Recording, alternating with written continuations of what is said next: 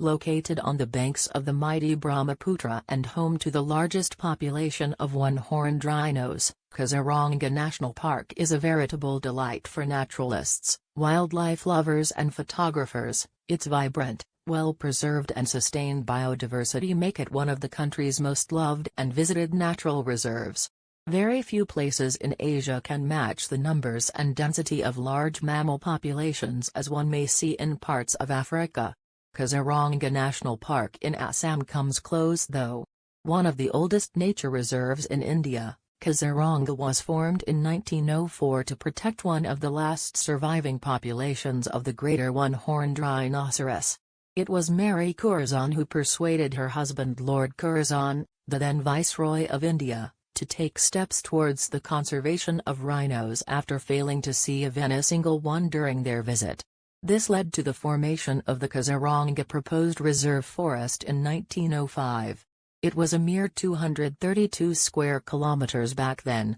Several years and numerous upgrades later, the Kaziranga Tiger Reserve today spans over 1,000 square kilometers. The Indian or the one-horned rhinoceros, Rhinoceros unicornis, is the fifth largest land mammal in the world and the second largest in India and Asia, after the Asian elephant. Of the 5 species of rhinoceroses found in the world, only 2 have a single horn: the Indian and the Javan rhinoceros, while the remaining 3 species have 2 horns. The thick skin of the Indian rhinoceros is folded heavily in parts and covered with warts on the shoulder and hips, giving it the appearance of an armor. Elephant grass, Saccharum riveni, like the name suggests, can hide an entire adult elephant. A jungle myna, Arcedoteres ginginianus, uses the only visible part of the tusker as a watchpost to overlook the grasslands of Kaziranga.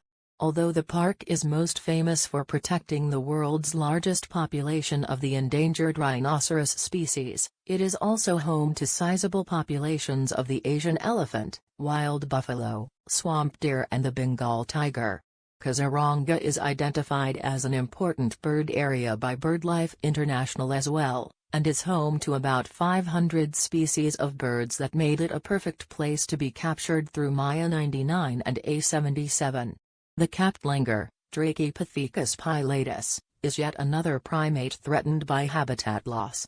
Small differences in coloration distinguish the 4 subspecies of the capped langur, but the species as a whole is recognized by the dark gray to black fur of the back, fading to creamy white or golden yellow on the belly. The Indian roller, Carassius bengalensis, prefers the grassland habitat with plentiful insects on the menu. The affinis variety of the roller found in northeast India is darker as compared to the nominate variety found in peninsular India. Drainage of wetlands is threatening the habitat of numerous species like the black-necked stork, Iphipyrhynchus asiaticus.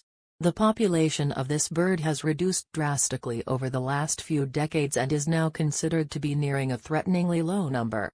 The Sony Edge. My recent experience with the new line of Sony cameras was nothing short of awesome. Having used many top-notch DSLR cameras over the last 2 decades, it was interesting to take a 99 and A77 out into the wild. The first thing that got my attention was the build quality of the cameras. They fit comfortably in the hand and the buttons are ergonomically placed to allow for quick changes in ISO, aperture, etc. That's one of the first things I look for, as it's critical to be able to quickly modify exposure whilst in the field taking shots. And even though I was with the camera only for a few days, I was able to get very comfortable with the button layout immediately. The new thing in the camera is that the viewfinder is electronic and not optical as in traditional DSLRs.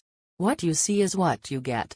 This is natural in camcorders and point-and-shoot cameras, but it's not usually the case with DSLRs. So although uncomfortable at first, it was something I got used to quickly. The autofocus even with a 500mm lens is extremely quick and works beautifully even in low light conditions. This is important as a lot of our wild subjects come out only under the cover of darkness or when lighting conditions are not optimal.